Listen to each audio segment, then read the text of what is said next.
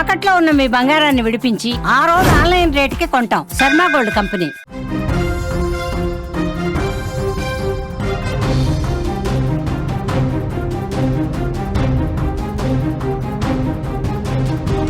ధర్మస్థలిలో వందల కొద్ది శవాల్ని పాతి పెట్టానని చెబుతున్న భీమా ఇప్పుడు మాట మార్చడం మొదలుపెట్టాడు.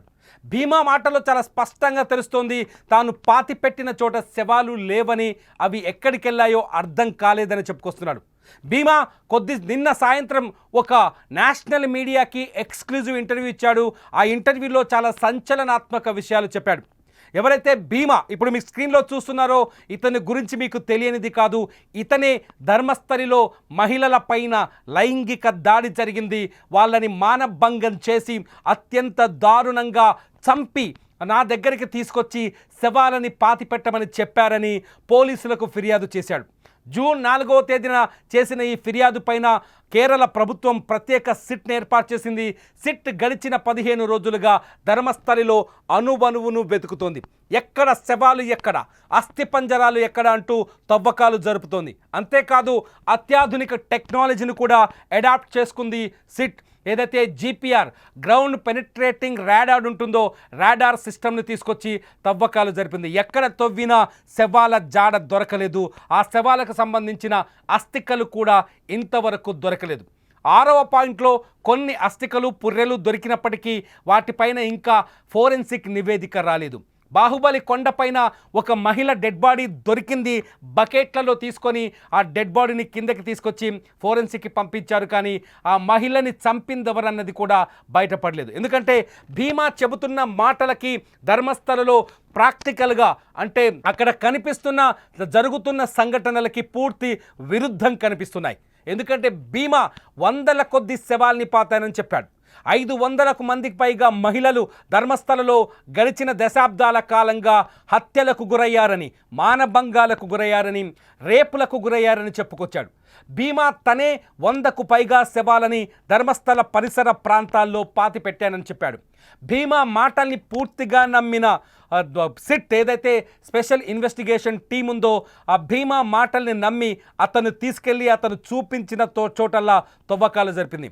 ఇప్పటికున్న అప్డేట్ ప్రకారం దాదాపు 16 చోట్ల తవ్వకాలు జరిపితే కేవలం 2 చోట్ల మాత్రమే అస్థికలు లభించాయి. ఒకటి 6వ స్పాట్, రెండవది 11వ స్పాట్. అయితే ఈ శవాలకు సంబంధించిన హిస్టరీ బయటకు రావాలి. వీటిపైన టెక్నికల్ ఎవిడెన్స్ని సిట్ సంపాదించాలి. దీనికి ఈ శవాలకు సంబంధించి ఇంతవరకు సిట్ ఎటువంటి అధికారిక ప్రకటనలు కూడా చేయలేదు. కానీ భీమా నిన్న ఇండియా టుడే అనే ఒక జాతీయ ఛానల్తో మాట్లాడాడు. ఆ ఛానల్లో చాలా కీలకమైన విషయాల్ని వెలుగులోకి తీసుకొచ్చాడు. భీమా చెప్పిన మాటల్లో మొట్టమొదటిది ఏంటి అంటే, నేను శవాలని పాతి దాదాపు 20 సంవత్సరాలు అవుతుంది కాబట్టి ఆ స్థానాలు లేకపోతే ఆ ప్రాంతాలు ఆ భూభాగంలో మార్పులు వచ్చాయి, అందుకే నేను చెప్పిన చోట శవాలు దొరకట్లేదని చెప్తున్నాడు. రెండో మాట వచ్చేసి శవాలని ఎవరైనా దాచిపెట్టుంటారా, అక్కడి నుంచి తొలగించి ఉంటారంటే ఉండవచ్చు అని కూడా సమాధానం చెప్తున్నాడు. మూడో మాట వచ్చేసి తను ఎక్కడైతే శవాలని పాతి పెట్టానో ఆ ప్రాంతాలని నేను పూర్తి స్థాయిలో గుర్తించలేకపోయానని కూడా చెప్పాడు. అంతేకాదు ఇప్పుడు సిట్తో పాటు తాను కూడా ఉన్నాడు. తవ్వకాలు జరిగే సందర్భంలో ఏం దొరికాయి ఎక్కడ అని చెప్తే ఉత్త వాటర్ తప్ప ఎక్కడా ఏమీ కనిపించలేదని చెప్పుకొస్తున్నాడు భీమా. అంతేకాదు నేత్రావతి నది సరిహద్దులో నది ఒడ్డున దాదాపు 70 మంది మహిళల మృతదేహాల్ని పూడ్చిపెట్టానని కొత్తగా ఒక లెక్క కూడా చెబుతున్నాడు. అంతేకాదు ఒక రోడ్డు పైన మనం 13వ స్పాట్ చూసాము. 13వ స్పాట్లో రోడ్డు పైన దాదాపు 10ల సంఖ్యలో అక్కడ నేనే స్వయంగా డెడ్ బాడీని తవ్వి పూడ్చిపెట్టానని చెప్తున్నాడు. ఈ 13వ స్పాట్ పైన మరికొందరు సాక్షులు కూడా ఉన్నారు. ఒక 7 మంది అదనపు సాక్షులు సిట్ ముందు వాళ్ళ వాంగ్మూలాన్ని కూడా ఇచ్చారు. కానీ ఇంతమంది కలిసి ధర్మస్థలలో డెడ్ బాడీస్ని పాతి పెట్టాము, డెడ్ బాడీస్ని చూసాము, డెడ్ బాడీస్ పాతి పెట్టారు, అక్కడ మహిళలపై మానభంగం జరిగింది, వాళ్ళని చెరిచి చంపి రక్కి హింసించి ఆ తర్వాత ప్రాణం తీశారని సాక్ష్యాలు వాంగ్మూలాలు చెప్తున్నారు. ఒక వర్గం పూర్తి స్థాయిలో ధర్మస్థలలో హత్యల స్థలంగా మార్చేస్తున్నారు. ధర్మస్థల పూర్తి స్థాయి క్రైమ్ జరిగిందని చాలా బలంగా విశ్వసనీయంగా చెప్తున్నారు. కానీ ప్రాక్టికల్గా అవి ఎక్కడా కనిపించట్లేదు.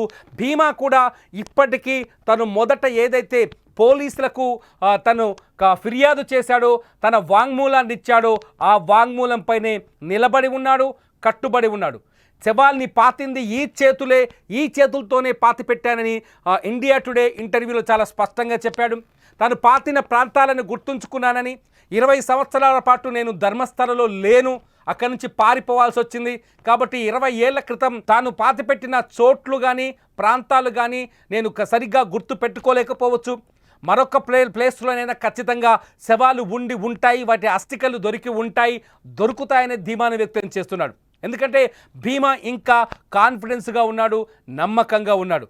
తాను శవాల్ని పాతిపెట్టిన ప్రాంతాలు సరిగ్గా గుర్తుపట్టలేకపోతున్నానేమో, కానీ ఖచ్చితంగా పాతిపెట్టింది మాత్రం అబద్ధం కాదని చెప్తున్నాడు. ఇప్పటికీ తాను పాప భీతితో భయపడుతున్నానని, వాళ్ళ అంత్యక్రియలు వాళ్ళ పద్ధతిలో సరైన మార్గంలో సరైన పద్ధతి ప్రకారం జరగలేదు కాబట్టి వాళ్ళు తనను వెంటాడుతారని, వాళ్ళ ఆత్మలు తనని వెంటాడుతాయని చాలా స్పష్టంగా చెప్తున్నాడు భీమా. తనకు భయం ఉందని, ఎవరైతే ఆ శవాల్ని మనుషుల్ని హత్య చేసి, మహిళల్ని చంపేసి హత్య చేసి శవాలిచ్చిన వారి పట్ల భయం లేదని, తనకు శవాలిచ్చిన వాళ్ళ పేర్లు బయట పెట్టడానికి ధీమాగా ఉన్నానని, ఎటువంటి భయం లేదని, తను పాతిపెట్టిన శవాలకు సంబంధించి మాత్రమే తనకు భయం ఉందని చెప్పుకొస్తున్నాడు భీమా మాటలు వింటుంటే ఇంకా ధర్మస్థలలో ఈ విచారణ మరికొన్ని రోజులు కొనసాగుతుందని స్పష్టంగా అర్థమవుతుంది. భీమా ప్రస్తుతం బెల్తంగడి జైల్లో ఉన్నాడు. అతనికి పూర్తి సెక్యూరిటీ ఇచ్చారు. ఈ సెక్యూరిటీ మధ్యలోనే ఇండియా టుడే ఛానల్ ఒక సంచలనమైన ఇంటర్వ్యూ చేసింది.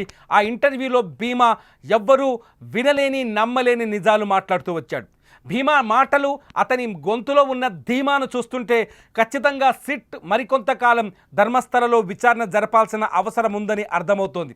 ఇంకొంతకాలం, ఇప్పటికే దాదాపు 16 స్పాట్లలో తవ్వకాలు జరిగాయి, 16 చోట్ల తవ్వకాలు జరిపారు, రాడార్లను తీసుకొచ్చారు, అట్లాగే ప్రొక్లైనర్ల సాయంతో తవ్వకాలు జరుపుతున్నారు. చాలా వేగంగా విచారణని పూర్తి చేయడానికి సిట్ ప్రయత్నం చేస్తోంది. సిట్లో దాదాపు సిట్ సిబ్బంది కూడా భారీ ఎత్తున పనిచేస్తుంది. ఫోరెన్సిక్ టీం ఉంది, ఇక్కడ మండల రెవెన్యూ టీంలు ఉన్నాయి. వీళ్ళందరూ కలిసి చాలా ఇన్వెస్టిగేషన్ని ముందుకు వేగంగా పూర్తి చేసే ప్రయత్నం చేస్తున్నారు. భీమా చెప్తున్న మాటల్ని చూస్తుంటే సిట్ విచారణ ఇంకా ముందుకు పోతుందనేమో అర్థమవుతోంది. ఎందుకంటే తాను ఇప్పటికీ 16 స్పాట్లు మాత్రమే చూపించాడు, మరికొన్ని స్పాట్లను కూడా చూపించే ఛాన్సెస్ ఉన్నాయి. ఇప్పటికే భీమా ఇంకొక 16 స్పాట్లను గుర్తించినట్టుగా మనకు సమాచారం ఉంది. మొత్తంగా ఇప్పటి వరకు 30 నుంచి 32 స్పాట్లలో తాను శవాల్ని పాతిపెట్టినట్టుగా చూపించాలని తెలుస్తుంది. ఒక ప్రశ్నలో భీమా చెప్పిన సమాధానం వింటే భయం వేస్తుంది. ఎక్కడ ప్రత్యేకంగా ఈ ప్లేస్లో శవాల్ని పాతి పెట్టమని వాళ్ళు మీకు చెప్పలేదా అంటే భీమా చెప్తున్నాడు, ఒకప్పుడు ఇది అటవీ ప్రాంతం, అటవీ భూమి ఎక్కువగా ఉండేది, రోడ్ల విస్తరణ తక్కువగా ఉండేది, ఎక్కడ డెడ్ బాడీ దొరికితే అక్కడే గొయ్యి తీసి పూడ్చిపెట్టేవాళ్ళమని చెప్తున్నాడు భీమా మాటలన్నీ మొత్తం విచారణని మరో మలుపు తిప్పే పరిస్థితి కనిపిస్తుంది. ఎందుకంటే ఇంకా ఈ విచారణ ముందుకు సాగుతుందని అర్థమవుతుంది. ఇప్పటికే కర్ణాటకలో ధర్మస్థల హత్యల వ్యవహారం రాజకీయ దుమారాన్ని రేపుతోంది. బీజేపీ ప్రభుత్వాన్ని తీవ్రంగా వ్యతిరేకిస్తోంది. ఈ సిట్ విచారణ పైన వ్యతిరేకత వ్యక్తం చేస్తోంది. ఏమీ లేని చోట సిట్ తవ్వకాలు జరుపుతుందంటూ బీజేపీ ఎమ్మెల్యేలు మాట్లాడుతున్నారు. ఏకంగా అసెంబ్లీలో సురేష్ కుమార్ అనే ఎమ్మెల్యే హోంమంత్రి పరమేశ్వర్కి ప్రశ్నలు సంధించారు. ఇంకా ఎంతకాలం ఈ విచారణ కొనసాగుతుంది, కనీసం మధ్యంతర రిపోర్ట్ అయినా సిట్ నుంచి తీసుకోవాలని ఆయన ఒత్తిడి చేస్తున్నారు. బీజేపీ చాలా బలంగా విశ్వసిస్తోంది ధర్మస్థల ప్రాశస్త్యాన్ని తగ్గించడం కోసం మాత్రమే అక్కడ ఇటువంటి ఆరోపణలు చేస్తున్నారు, కానీ ఎటువంటి హత్యలు జరగలేదని చెప్పే ప్రయత్నం చేస్తుంది. మొదటి నుంచి బీజేపీ ఎమ్మెల్యేలు కానీ బీజేపీ పార్టీ నాయకులు కానీ ధర్మస్థలలో హత్యలు లేవనే వాదననే బలంగా సమర్థిస్తున్నారు. ఇప్పుడు మరో వర్గం మాత్రం అక్కడ హత్యలు జరిగాయి, విచారణ జరగాలని చాలా బలంగా ఒత్తిడి చేస్తున్నారు. దానికి సౌజన్య కేసు కావచ్చు, డాక్టర్ అనన్య కేసు కావచ్చు, లేకపోతే మరొక కేసు కావచ్చు, ఈ కేసులన్నింటినీ ఉదాహరణలుగా చూపిస్తున్నారు. ఈ అన్నింటి నేపథ్యంలో భీమా ఇచ్చిన ఈ ఇంటర్వ్యూ ఇప్పుడు దుమారం రేపుతోంది. శవాలని భీమా అభిప్రాయం ప్రకారం అక్కడ శవాలని ఎవరైనా మాయం చేసి ఉంటారా? భీమా పూడ్చిపెట్టిన తర్వాత డెడ్ బాడీస్ని తీసుకెళ్ళి మరో చోట ఖననం చేయటమో లేకపోతే ధ్వంసం చేయటమో నాశనం చేయటమో చేసి ఉండుంటారా? భీమా మాటల్ని నమ్మాలా? భీమాకి పిచ్చి ఉందనే చర్చ కూడా కొంత ఇప్పుడు కర్ణాటకలో జరుగుతుంది. ఇది మాస్ బరియల్ కాదు, మాస్ హిస్టీరియా అనే ఒక హ్యాష్ ట్యాగ్ ఇప్పుడు ట్రెండ్ అవుతోంది. సో భీమా మాటల్ని ఎంతవరకు నమ్మాలి? మీరేమనుకుంటున్నారు? ఈ భీమా చెప్పే మాటల్ని ఎంతవరకు నమ్మాలి? ఇంకా అతని మాటల్లో కనిపిస్తున్న ధీమాని ఎలా చూడాలి? మీరేమనుకుంటున్నారు? ధర్మస్థలలో శవాల అస్థికలు దొరుకుతాయనుకుంటున్నారా, లేదంటే ఈ డ్రామా ఇలాగే కొంతకాలం ముందుకెళ్తుందని మీరు భావిస్తున్నారా? మీరేమనుకుంటున్నారో ఈ వీడియో కింద కామెంట్ చేయండి. లైవ్ అప్డేట్స్ కోసం, ధర్మస్థల అప్డేట్స్ కోసం చూస్తూనే ఉండండి సుమన్ టీవీ డిజిటల్ లైవ్, అట్లాగే సుమన్ టీవీ లైవ్.